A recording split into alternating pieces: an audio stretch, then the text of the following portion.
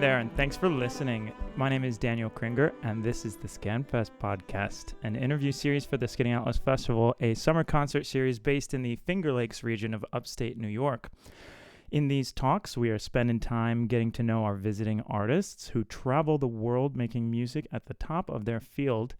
Today, I have the pleasure of introducing not only two great festival artists, but also the festival's current artistic directors, pianist Aaron Wunsch and cellist Julia Bruskin. Thanks for making time, guys. Oh, so glad to be here, Daniel. Great to be with you. Thanks. So I'll start by giving the listeners just a little background info on you guys, and then we're going to expand from there. So Aaron, currently you teach at Juilliard and give lectures and concerts all over the world. Julia, you also teach at Juilliard in the pre-college. You tour with your trio, and you also play internationally as a soloist and in ensembles. Of course, you also perform together, and together you direct the festival here in Skaneateles over the summer. So we'll get into the festival stuff a little bit later, but I want to start out by talking a little bit about your personal background first. So first question, how did music come into your lives, and how did you get started making it? If you want to each take a turn. Sure. So music came into my life very early. My parents are not professional musicians, but they really love music. Mm-hmm. And when they found out they were having twins, before we were even born, they were imagining, we could have a family string quartet because they play violin and viola. So they said one of the twins will play violin and one will play cello. And as soon as we were born, they put our cribs right in front of my father's big speakers, and we would listen to music all the time, apparently, even as babies. So it was sort of a preordained thing that we would play the cello and the violin. My twin sister, the violinist Emily Bruskin, will be coming on our third week of the festival to play with the Claremont Trio with me. Anyway, so we were very, clearly very cooperative children. We did exactly what they wanted. I was going to say it's a good thing that you liked it, right?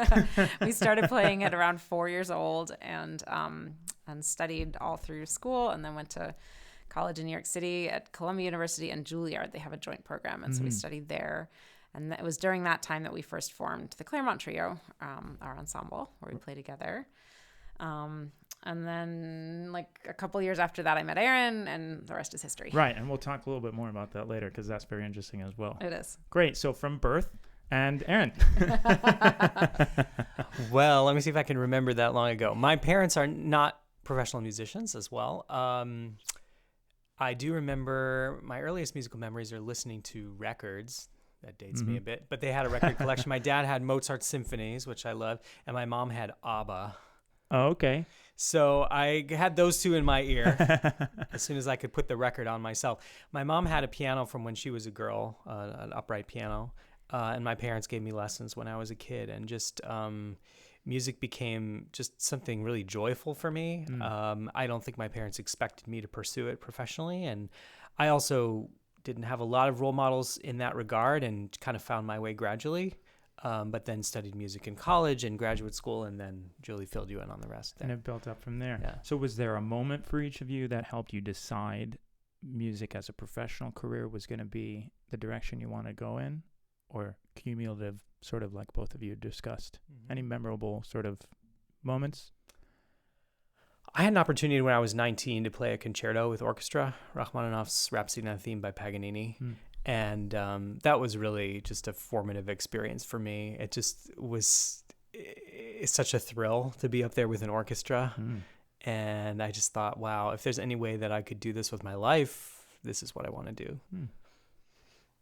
And for me, it's hard to pinpoint one moment. It was a real gradual build through my whole childhood. But my parents did take us to a ton of concerts. And I think that experience of hearing really great musicians, both in soloists and chamber music and orchestras, kind of like seeped into me. And I gradually more and more thought, if I could do that, that would be the best. So I think when I bring my kids to concerts, I'm always thinking of that. Like, is this planting seeds for them also? And do they both play instruments? Yes, we have. Our son is 11, our daughter's 8, and they both play the violin for the moment. So did you let them sort of like, you put the instrument in front of them and see what they prefer, or is it like, like with your family, where they said, listen, we have this part available for our quartet if you would like to fill it, or how do you approach that? So when our son was 4, which is the age when I started my instrument, we took him to a music school, and he tried a few different instruments, and he chose the the violin. We think maybe because neither one of us played it. Yeah. He's always wanted to do his own thing. And then when it was time for our daughter to start playing, even from when she was 2, she would pick up his little violin and play it. And so then when she was, I think 3.5, she was begging for lessons. And I said, well, do you want to maybe play the cello maybe? And she was like, oh no, Mom, I play the violin. Oh. So it was too late. She was done. That's great. So yeah, as we're discussing, you guys are married. You also play in a duo. So how did that come together? How did you guys meet, and what led you to start making music together? Well, we met at Juilliard. I was starting my master's, and Aaron had just come back from studying in Europe, and he was also doing his master's at Juilliard. And we had class together at 9 a.m. on Fridays, which was a little bit of a tough time, a Schoenberg and Stravinsky class. At 9 o'clock in the morning. And Aaron was... It was not a popular class, so we were 2 of the 6 or 7 people in the class. We sat next to each other, and he knew everything. He knew all the answers, and I knew very little about that kind of music at that point. And so when there was like an in-class presentation, and I had to present on something, I said, hey, you know what, could we get together? Could you like help listen to my presentation and give me some comments? And then from there... Yes, and every string player needs a pianist, right? Yes, and so that's like the classic power couple. I helped instrumentalist and lessons, pianist, recitals, and so we got to know each other musically as well as personally. But there's one more piece of it, actually, which I don't want to forget, which is that our teacher of the Schoenberg and Stravinsky class knew someone at the Met Opera and used to take the whole class, various classes, to the dress rehearsals at the Met. And so that winter, he took us to see Meistersinger, Wagner's opera Meistersinger at the Met, which was like a whole, 10 till 3 operation. Experience. So, of course, there was lunch, and most people went to the cafeteria, but we had brought our lunches. So we sat in the box at the Met Opera and ate our lunches together. Yeah, little did you know you'd be working there someday. I know. Yeah, wow. Some good memories and a nice, full circle, I guess, right? Yeah. Okay, so all this music making, what keeps you inspired to follow through on all the performing? Because things have just grown from where they started, as you guys have described, and you're doing more and more, including directing festivals like this. So how do you kind of keep the passion for it, I guess? For me, it's 2 things. One is just the love of the repertoire of the music itself. Like it keeps you going every time because there's always more to find and discover. And that's the second part, actually, is just the process of discovery and learning that goes on when you are going deeper and deeper into an art. That just keeps you motivated. It keeps you passionate. And I don't feel any sign of that ever going away. Nor do I. I mean, I think there's such an amazing kind of loop, in your own personal practice. You're always looking and searching and trying to go further. And then, we invite these amazing artists here and we hear that, and that's very inspiring. Or at the Met, I hear an amazing singer, and it kind of all those things come together into the music making that we do ourselves. And I think that kind of loop of inspiration Positive just keeps feedback. going. Yeah. Yeah. Fantastic. So playing off of that, musicians play many parts beyond just the music, right? Composers, teachers, researchers, and the list sort of goes on from there. Are there aspects that you prefer over obviously it's sort of spoken for that you enjoy making the music, right? But other aspects of the lifestyle, I guess you could say, that that you prefer over others, or experiences you might want to talk about? I'm thinking like creative experiences, collaborations with composers or other musicians and whatnot. Yeah, I mean, the job is such a varied and rich one. I love that about it. There's you in your practice room alone, but then having the chance to work with an artist like Kinan Azma as a clarinetist, or also as a composer. My trio will be playing a work that he just wrote for our trio, as well as a piece with him on clarinet, and I'll be playing in the orchestra when he does his concerto. Those things are really amazing and inspiring to see someone else's musical personality, where they've come in their musical life, and then to kind of fuse that with yours for a few days, and that can be a really inspiring thing. I love doing that. Also with composers, something like last year, we worked with composer Naila Nombeko on a new work called Fortitude, honoring the life of Harriet Tubman. It was a work for soprano and string quartet, and just to go through the whole process with her and see the text and then see the music that she wrote to it, to learn it and put it all together. It was really very exciting. Yeah, music, maybe as in life, music is really about relationships. It's about the relationships you build with other musicians as you make music. It's about relationships you build with your audience. that may not be the most obvious thing about music, because you think about the performance itself and the sounds and so forth. But I think there is no music without someone listening and without you listening to each other. And that's really the essence of what music is and does, is its beauty, but it's through the relationships you have with each other and with your listeners. And so that's, I think, the more relationships you build, the richer your musical life is. Fantastic. So let's start moving toward the festival. How did you make the connection to the festival? What events led you to becoming the artistic directors? That's a great question. So we had known about the festival for a number of years. We had friends who had played here, and we knew the members of the Yin Quartet a bit. We knew David and Eleanor a little bit. Was it you who saw it in Musical America? But also someone, was it Ayano, a friend of ours, kind of sent the job listing to us and said, "Oh, thought you might be interested in this." And so we kind of had become aware of it. And the more we looked at it and the more we thought about it, the more we were like, oh, this could be really great. We'd really love to do this. We had a series that we ran together in the city, in New York City. But we sent our resume and everything. And by the time we were invited up for an interview, we were like, we would really like this job, actually. When we saw the lake and we met some of the people and we said, oh. Yeah, so it has that effect on people. Yeah. We kind of fell hard for it. Yeah. Yeah. Right. It's that's 10 years ago now.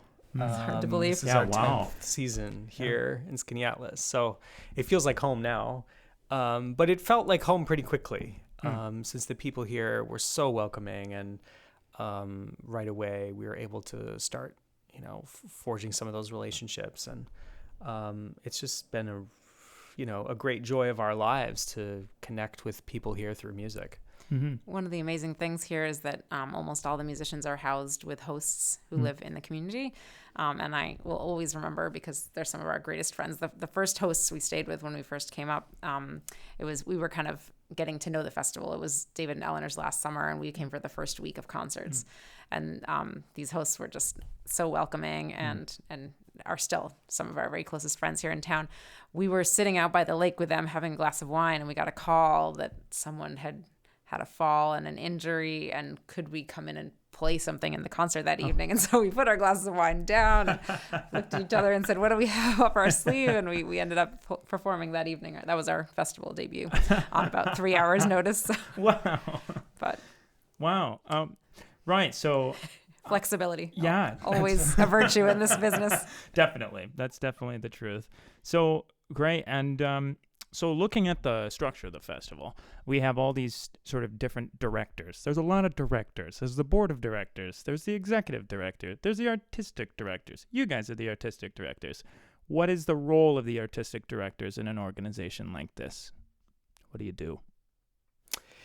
Well, I think the first thing is to present a vision, or come up with a vision for programming, for the music itself, to find something that's both inspiring and interesting to us, but also fits the nature of the place, the venues, and also the audience that's here. So I think that's a big part of it, is really getting to know the community, and then finding music that's going to speak to people here, and maybe even help broaden the community, to bring in new people, which we think is happening and has happened over the last several years.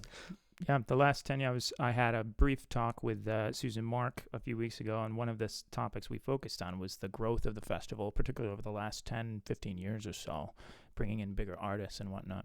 Well, it's a real joint effort, too, because the executive director, that's a big job, Yep. And the board and staff, everybody works together to kind of expand the festival over time, gradually. Right, so talking about building audience, I have a thought experiment for you guys, which is essentially, can you deliver an elevator pitch? If you guys are familiar with the metaphor, you have 15 seconds or so in the elevator between floors with someone to make your case for whatever, your funding, or someone to come to a concert, for instance. Say you're stuck down on the dock or something in Skaneateles, down in town by the lake. So what is the Skaneateles Festival? What are you going to start with? And then if you get more time, what would you expand on? I would say it's three great things that combine together. The music, highest quality performances, classical, jazz, folk music. The location, most beautiful spot you can imagine in the Finger Lakes, and the people. The people here are welcoming, they're open-minded, they're open-eared, and the combination of those three things can create something really magical. Anything you'd add if you got me I to leave stay? the elevator pitch to my husband. He's very concise and it was great. inspiring. I think in that few might words. have actually, I should have timed it. It might have been 16 seconds, maybe. Yeah. So, But I really do. I do think that the experience of hearing music live together is something that is really not replaceable by anything else, even with the highest fidelity audio equipment, which my father owns. I would say that the experience of being there in the moment, seeing the artist, being with other people who are also experiencing it in that moment. And we all learned this during COVID too. Absolutely. It's totally irreplaceable. Yeah. And I think if you haven't done it recently, or even if you have, you should come and do it with us, because it's a very special place to hear music. Okay. So what kind of music can you hear at a SkanFest concert? Oh, there's a big range. That's a lot. Which is part of the fun of the adventure. Yeah, we try to make that a very difficult question to answer. Yeah. With the variety. I mean, the heart of the festival, and this dates to its start, was classical chamber music. So that would be music for small ensembles, 2-3 people. It's intimate. It's there's a sense of dialogue and interchange within that music. But we have tried to deepen the range of what happens here. I think that kind of small, intimate music you hear mostly at the First Presbyterian Church here in Skaneateles, and that venue is so beautiful acoustically. To hear that, you feel very close to the musicians, and you can see and hear what they're doing. Then, since the festival has built our venue at Agnellas, the Robinson Pavilion at Agnellas Vineyards, that's allowed us to kind of grow and expand to programming that can, open up to 1,500 people if we have that many. And that has given us the opportunity to have larger orchestra concerts, as well as things like jazz. Wynton Marsalis and the Jazz at Lincoln Center Orchestra sounded really amazing out there. Or the Silk Road Ensemble we had a couple of years ago. So that has kind of opened the door to those kinds of experiences, which are really phenomenal. We also have folk music, Rihanna Giddens and Chris Thiele, mandolin player.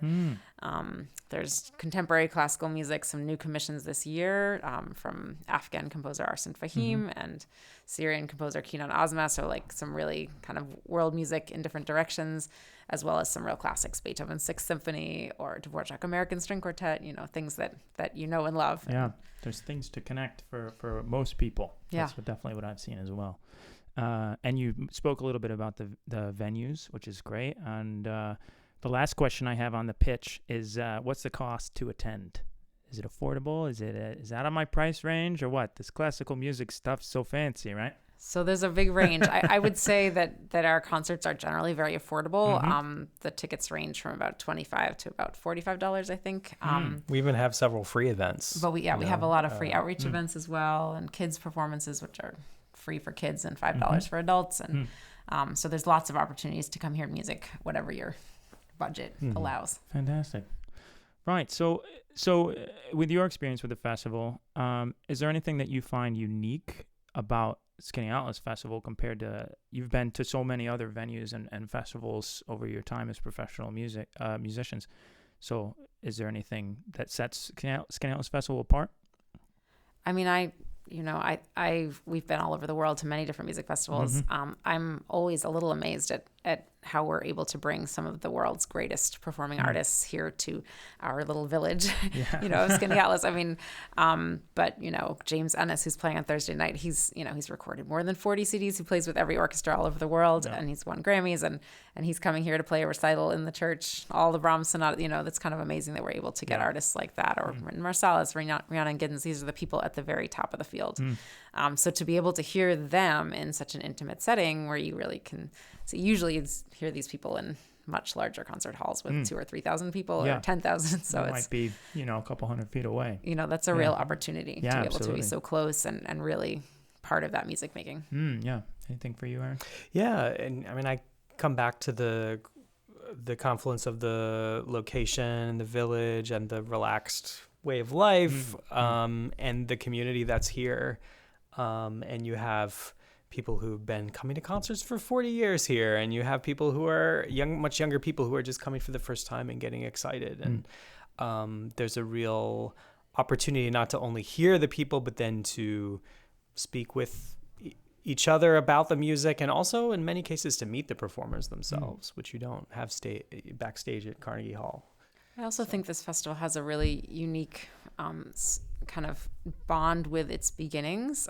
It started off as a group of musician friends playing together in the library or at someone's home on the back porch at Brook Farm. There was this very kind of familial within the family feeling, and all the musicians were hosted, and there were dinners together, and I think that we do our best, and I think we do still maintain a lot of that feeling of hospitality, of making the musicians feel at home and welcome, making them part of the musical family, and then I think that affects how they perform and how they feel about the festival. So. Fantastic. So when you're looking at putting together a SkanFest season, do you have any sort of like you mentioned that you try to sort of connect things a bit, right? A little bit earlier. So do you have like a philosophy or any particular goals that give you direction? The festival lasts for 4 weeks, and that's a lot of concerts, right? So how does that process work? It's a really fun puzzle. Yeah, it is. It is a little bit of a puzzle. Yeah, I mean, I absolutely. think we try to make it as three-dimensional as possible, so that there are spokes going in all different directions, so that even within so-called classical music, you have chamber music, orchestra, you have music from the 17th, 18th, 19th, 20th, 21st centuries. You have brand new pieces.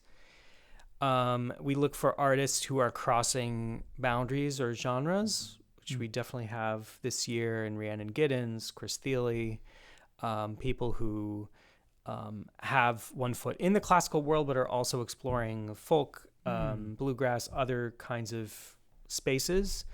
And that helps give the performances 3 dimensions too. I think ideally, if you within a program as a listener, you're finding connections between pieces across the program. But if you're coming back to concerts, you're also making connections from concert to concert. And so we try to have sort of multiple themes going on within one season, so that there are these this sort of web of different currents and ideas that sort of coalesce into what becomes the festival, so that it's not all one particular kind of music, but really feels like there's an exploratory sense for the listener.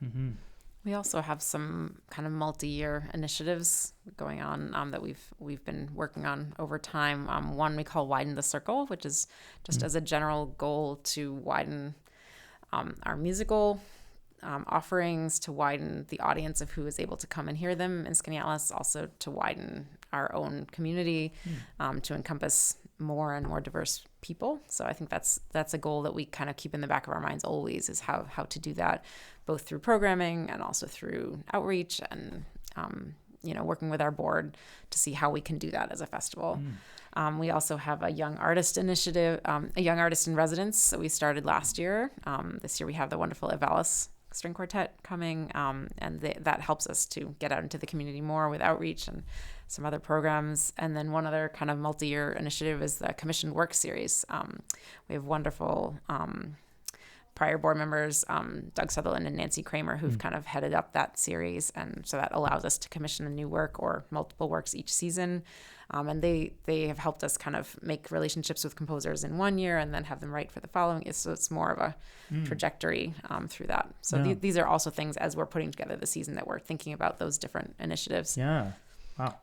Also, just thinking about it from the experience of the listener, music can soothe you, it can comfort you, it can entertain you, it can also make you think, it can challenge you, it can surprise you, it can inspire you in many different ways. So I think keeping those traits in mind as we program is important also. Do you think you guys could just talk a little bit about this year's, what would you say, theme or overarching kind of connection? Sure. One of our big themes this year is called Searching for Home. It's highlighting refugee communities here in central New York, and the way that they've built new homes here and also contributed positively to the community in a lot of ways. So we have this wonderful, as Julie mentioned, Syrian clarinetist coming. There's a pretty sizable Syrian community here in central New York. He is an incredible clarinetist, improviser. He's very in touch with Syrian folk music, but also classically trained at Juilliard. Really inspiring performer. And then, as you mentioned, Arsen Fahim, young Afghan composer, who has a really inspiring story, also picked up by 60 Minutes and many other programs other than this one, but he's an amazing guy. We'll get there. Lived for years in a refugee camp in Pakistan, and just, has been studying in this country for a couple of years. So he's writing 2 new works actually for our orchestra concert on August 10th, and that'll be really an exciting day. Kenan's also that same night playing his own suite for improviser and orchestra, which is a big concerto for him and orchestra. And the festival is commissioning both of them to write brand new pieces. So that's exciting. I mean, this music has never been heard from these wonderful musicians who have perspectives very different from our own on life and music. And I think there's going to be something really valuable in that. Looking forward to it. So I'd like to wrap things up just by talking about, again, a little bit more about this season. You mentioned a few artists already. Is there anything else that you're excited for this year? What should audience members be keeping an eye out for, other than the entire season, of course? Right, we programmed it all, so we like everyone. Yeah, and you should be proud of all of it, for sure. Well, first of all, it's the 45th season, and we wanted to celebrate that on our opening night. We have some terrific musicians coming back. Some of them have played here for years and years. So actually, we're starting the festival one day early on Wednesday in order to fit in all the amazing people who are coming back for the 45th season. We have a Wednesday matinee at 1 p.m. and an evening concert at 8 p.m. featuring Jojo Nwaldi and Steve Doan and a number of players who've been playing at the festival for many years. They're 2 great programs, so recommend you come for those. Thursday night, James Ennis, one of the greatest violinists ever. Friday, Rihanna Giddens. Amazing. And then Saturday, I actually want to point out, because that's going to be a really exciting concert. Yep, orchestra. It's an orchestra concert. We're packing it with 2 concertos, a harp concerto featuring Bridget Kibbe and Hina Stara harp concerto, and then Gershwin's Rhapsody in Blue featuring my amazing husband, Aaron. Those are both just really dynamic, exciting pieces, and some other little morsels that are really fun. So I think that's going to be a great concert. We're calling Music from the Americas. Yeah. Week 2. It's hard to choose. I know. We're going to go through the whole thing. Well, help it. The advertising is free. We have the Dover Quartet coming next week. They've been here before. Yeah, they're fantastic one of the leading quartets right now. But on Friday the 9th, they're being joined by one of my very favorite singers, bass baritone Devon Tynes. With a very interesting program. Speaking of crossing genres, they've kind of created this project they're calling Mass, which has a really amazing diversity of music. But Devon, Aaron's known him for a few years. He's presented him on a series in New York, but I got to know him at the Met this year. He sang in John Adams's El Nino, and he's just like one of the most kind of gripping and dynamic performers I've ever experienced. And we see a lot of dramatic people. I'm sure you do. But he's quite amazing. So don't miss that one. Yeah. Saturday the 10th is the Arsen Fahim and Kenan Azmab premieres, along with Beethoven's 6th Symphony, the Pastoral, which is one of my very favorites. I have to plug the Claremont Trio in week 3. Great piano trio. They're performing with Kenan, new work for clarinet and trio, but also the Schubert E-flat trio. That piece is a trip. Yeah, you don't want to miss that. It's one of the great pieces of chamber music, no question. So that'll be wonderful. Then we have Chris Thiele on Saturday. Yeah. About the most charismatic performer you'll ever see. He's playing by himself, which is a certain kind of virtuosity. Yeah. So that's going to be really, really special, I think. And then the last week we have some really amazing ensembles. The Westerlies, which is a brass group, playing alongside fiddle player extraordinaire and composer George Meyer. They're going to do some stuff together, some stuff individually. That's Thursday night, the last week. And then Friday, we have the Avalis String Quartet, which is our young artist in resident group. They'll be playing some string quartet works on their own, as well as with Aaron Schumann Piano Quintet, which is great. First half is by candlelight. Yes. So we're trying this. So how's that going to work? Good question. We'll have to figure that out between now and week 4. Logistics are still happening. We still hear Right. every year someone brings up the amazing concert when the power went out. Oh, right. And they went on by candlelight, and they played even the Hindemith Because I've viola seen sonata. stuff where they do a circle, like it's a seance or something. So we're trying to recreate the magic of the candlelight concert. I think it's great. That's Friday the 23rd.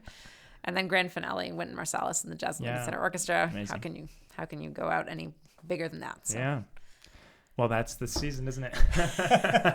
But it's hard we couldn't choose. It's hard. Well, if you program it well, we should be excited about every concert. So yeah, that's fantastic.